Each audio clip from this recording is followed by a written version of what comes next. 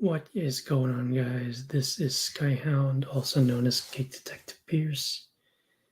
Again, Merry Christmas, Happy Hanukkah, Happy Kwanzaa for those of you that celebrate, and welcome to episode 3 of my RetroRev,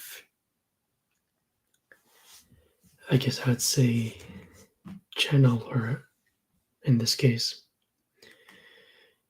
As I mentioned, I am going over Home Alone, a classic for many fans. Now, while I am not actually going to be going over the entire thing scene by scene, I am going to be covering at least as much as I can remember off of this. So, the basic plot of this was a kid is left alone in his family's house. The family kind of like berates him, see him as a nuisance and all of that. And pretty much Kevin is annoyed with how his family has been treating him, basically bullying him to the point where he doesn't care if they leave and all of that. It is at that point that um, he has to learn what the meaning of Christmas is while defending his home from a couple of burglars. And with that being said, um, there are a few um, funny moments, and despite that, um, there's actually um, I want to share with you guys. I'm putting this on right now. Bear me for a moment.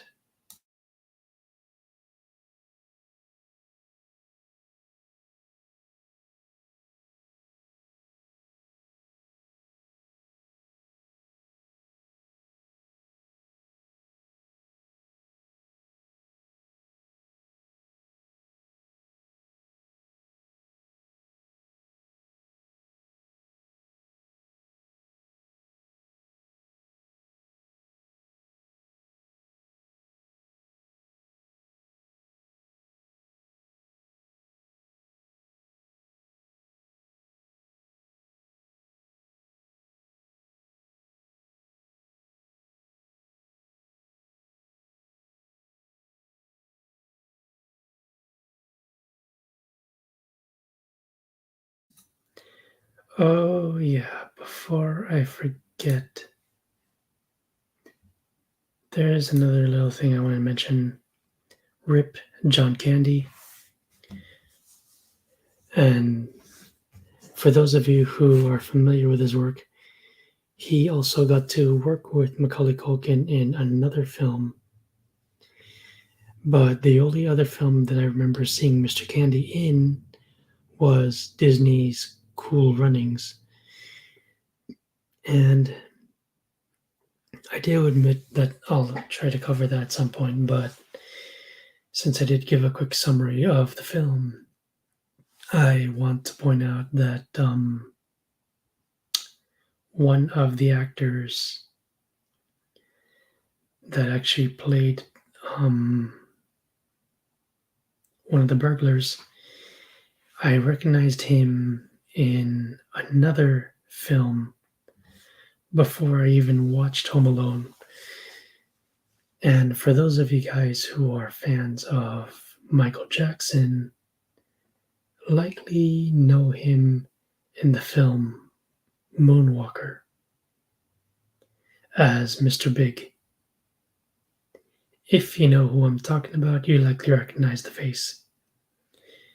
But anyway, I did leave in the description a article with regards to John Candy getting a small pay for his brief cameo in the film, as well as a link to a video where a doctor is actually reacting to the various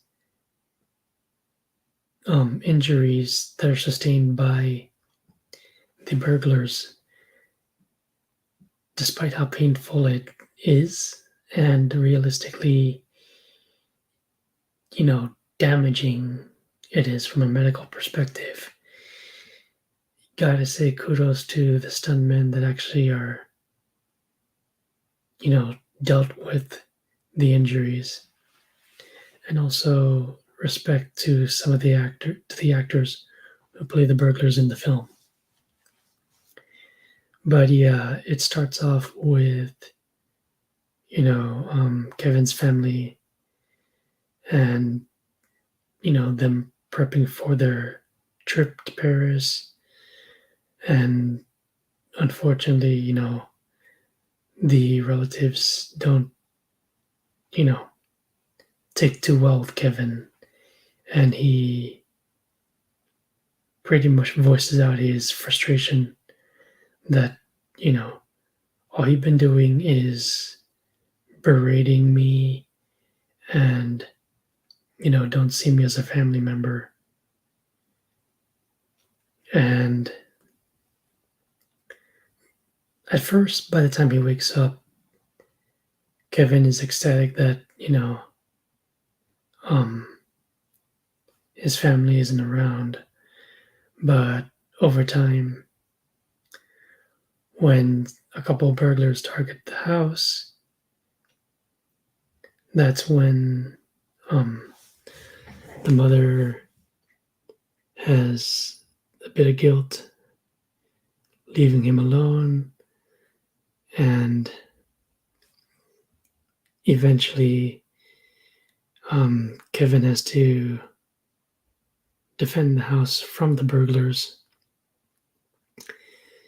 and he has quite a bit of tricks up his sleeve. So yeah, he has to go into Buzz's life savings, and you know it creates some interesting retrospective moments nowadays compared to before, particularly with how much groceries cost back in the 90s compared to now. There is a video done by Clownfish TV. Quick shout out to Neon and Geeky Sparkles. They did cover this once, like a few days ago. And in a way, when they were analyzing it, yes, times are different, but at the same time, most of the people nowadays don't realize how much they're taking things for granted now and even back then. So the reaction to how prices are now, it's no surprise to me. So this one, I will admit, before I go on any further, do hit that like button and subscribe. While my schedule for reviews and all that is not as consistent compared to other content creators, I try to do what I can. But anyway, the two burglars eventually call themselves the Wet Bandits because one of them constantly keeps flooding the houses, and his partner's going like, "You're sick, you know that." He's like, "Well, we gotta come up with something." It's like, so when I think it was Harvey, the one who suggested the whole Wet Bandits thing, he's asked to go check on the house, and then that's when Kevin decides to play a short clip, and it's been used before in a later film, but that was actually used strictly for Home Alone, and it's the part where this gangster calls up about snakes, asking where the money is, and then he shoots the other guy, causing Harvey to Harvey and Marv. Those were the two burglars. But anyway, he temporarily causes Kevin causes the guy to retreat temporarily. But after he gets the groceries, they find out from a phone call from a relative that the kid is by himself and try to press their advantage. So Kevin has to take matters into his own hands and sets up a series of tricks and traps. So one of them had to do with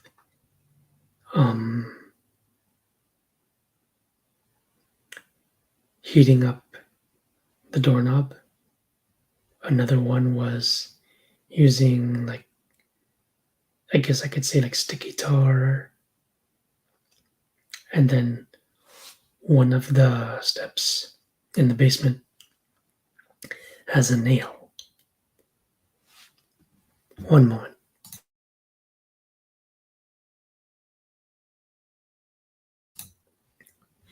Anyway, so that's another trick. And then there's one with a curling iron, or a heating iron in this case, for ironing clothes. And then there was one with some scattered toys, as well as the paint cans. And then there's another iconic moment with the flamethrower. Unfortunately, the actor who plays him, when he got hit by the flamethrower, did sustain some burns. And again, if you watch that link in the description for the doctor who goes over the various traps, you gotta admit, from a medical perspective and realistic perspective, not only does that hurt, but technically those burglars would be goners, if you will. And I know I'm kind of bouncing around here, but the thing with the clip about the gangster, he plays it twice, especially when it comes to, like, ordering pizza. And then after one of them tries to enter the house from the front, not only does he slip several times, but then he got the damage out the right hand. But there's one particular moment that's so hilarious where they try to go through one end of the house in the kitchen, and the damage that occurs is so hilarious. So one of them gets hit right one of them gets hit right in the gentleman's jewels. Gonna hurt like heck. And then another one, the other guy, he gets hit by I don't know what he was using though, but he does use the toy gun, and he gets him point blank on the head. That's gotta hurt a little, but not as much as the other guy. That one just cracks me up at times. So after that attempt, one of them tries to go through the basement, and of course that guy, he gets the nail in the foot, which is gonna hurt, and he falls back on top of that, so he's pretty banged up. And then he tries to enter through the trash chute, but as he pulls the cable, he doesn't realize that the iron is at the entrance, so he pulls it, and while he looks up, and well, yeah, that's going to not just break the nose, but leave a nasty mark on the face. But technically, yeah, he'd have a hell of a concussion, and among other things, realistically. So then the other guy, I think it was Harvey or Harv, after he gets the damage on the doorknob, he tries to enter through another area of the house. And then, of course, you get the damage from the broken glass and all that. And Kevin continues to taunt that guy. Then he gets blasted with the feathers. So, despite their attempts at trying and confront Kevin, Kevin's waiting for them at the stairs, but they don't realize that the toy cars, they are scattered, causing them to slip and then land on their backs on top of that. So that's gotta hurt. While all of this is actually unfolding, by the time the family realizes that Kevin's missing, the mother tries to find a way get back to Chicago, while the rest of the family goes to Paris. It takes time, but eventually it's the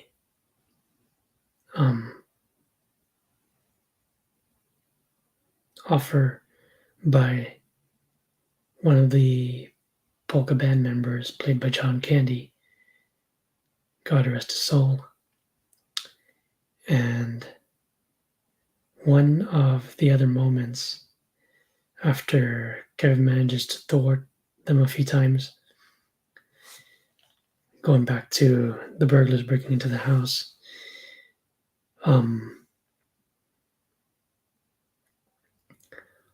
that's when Kevin unleashes the paint cans on them. And I'll just say that point blank, those guys arguably would have been dead at that point, because you're talking about roughly a paint can of several ounces tied up by a kid and used as a means of, as a weapon of sorts. Now, despite them trying to pursue Kevin, unfortunately, there's a point where I can't remember it that well, but there is the tarantula that escapes from Buzz's room, and so Harvey's like saying, "Don't move," and Marvin's like, "Why?" And he has a sledgehammer, and then he hits him, but he misses. And the scream that happens when he sees the tarantula, crazy, but hilarious. And so they get to the attic. Kevin manages to escape and goes across the treehouse. They try to pursue him, but they don't realize that he's about to cut the cord, if you will, which then causes him to hit the brick wall on the back side of the backyard of the house, if you will. This allows Kevin to escape. He then heads over into the church, comes across the supposed creepy elderly neighbor, and prior to that whole thing, like I said, I'm bouncing around a little, but um, he tells one of the Santas that's dressed up, he said he didn't want any gifts. All he wanted was his family back. And the elderly neighbor tells Kevin that he goes to church to see his granddaughter perform, but he hasn't had good relations with his family, even his father. And Kevin's like, you should probably try and talk with him, try to reconcile, if you will. And Kevin says that, if it was me, I'd do the same with my family. I know I haven't,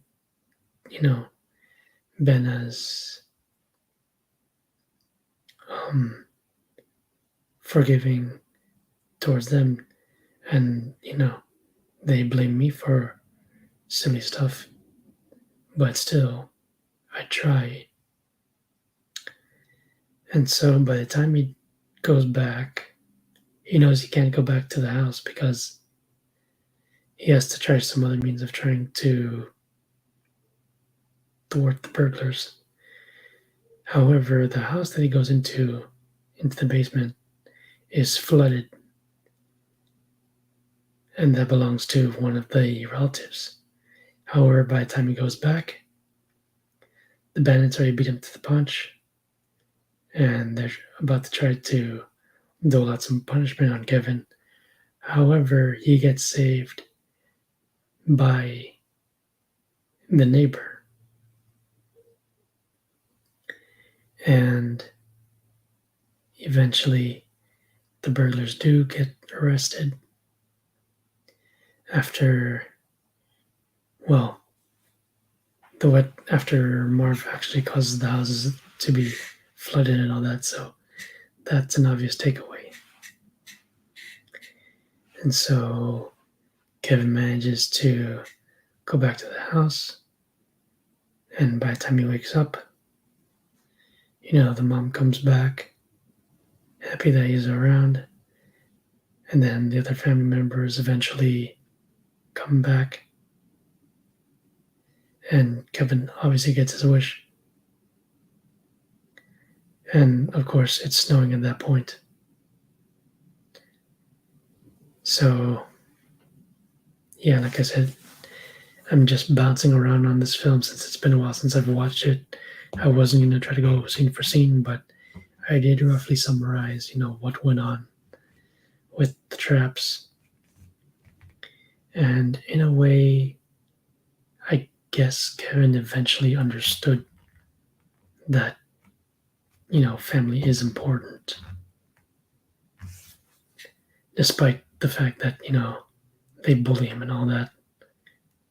So he makes his attempt to try to reconcile, and in this case, I think he did, despite what happened. Overall, I would say subjectively, I'd give the film, at least story-wise, an 8 out of 10. Characterization, at best, 7 or an 8. Music, it's done by John Williams. The man is a legend. Obviously, 9 out of 10. 10 out of 10 in this case. Objectively, the story, it does have some issues here and there, but I can overlook that. So at best, I'd give that a 7. Characterization, it is pretty straightforward between the main characters. And, the stuntmen that worked on it, they did a good job. So that, in that case, at least 8 out of 10 on that regard, objectively. Overall, objectively, I'd give this an 8 out of 10. Subjectively, at best between 8 and 9. It's that good. Humorous, albeit a bit violent as well, because of the traps and what happens.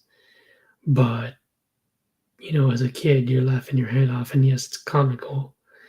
And despite the fact that, those guys go through a lot of painful situations, the kid's just trying to protect his home. And as admirable that may be, you know, it's entertaining at least.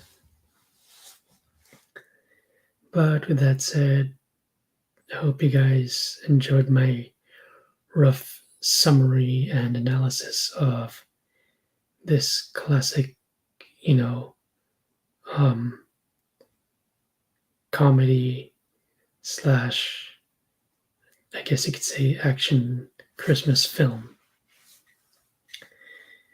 And with that being said, hope you guys enjoyed this. Hit the like and subscribe button.